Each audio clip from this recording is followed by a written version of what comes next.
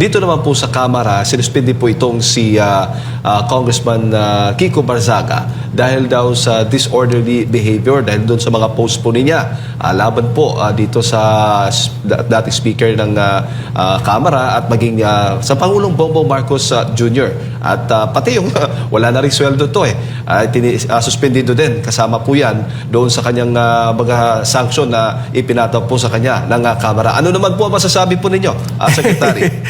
Kung ikukumpara mo yung ginagawa ng maraming congressman sa ginagawa ni Congressman Barzaga, no comparison.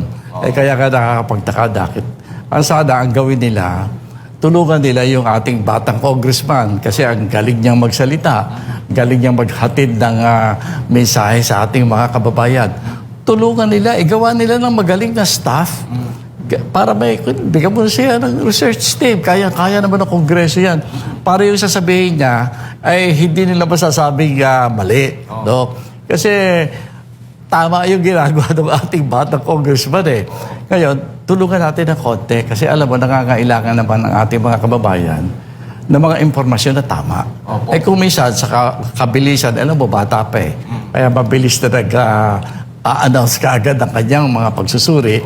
Tulungan quietly, bigyan mo siya ng isang magaling na research staff. Oo. So, ang ibig sabihin nito, Secretary, si Congressman Kiko Barzaga, ang itinuturing po niya isa po sa mga congressman na tumatayo dyan sa Kamara sa ngayon, laban po sa mga issues ng korupsyon sa ating bansa. Naging ganyan si Congressman kasi dapat ang Kongreso, as an institution, ay dapat pagsimula silang sundan the spirit of what our young congressman is doing. Tignan mabuti, unawain nila at sundan nila yan.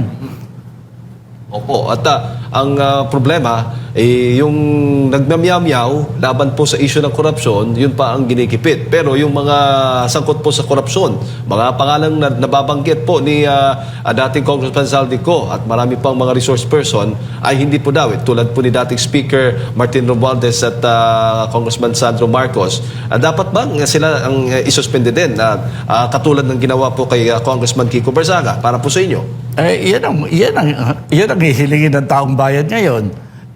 Ang kanilang napili yatang strategy of silence. No? Walang kikibo. Lahat ng kikibo, babawalan. No? Ang hinihintay ng taong bayan natin, huwag silang kumibo. At kung kinakailangan, kung sususpendihin nila yung ating batang congressman, dapat suspendihin nila yung buong institusyon nila. Kasi mas malubha yung ginagawa nila na laban sa interes ng ating mga mamamayan.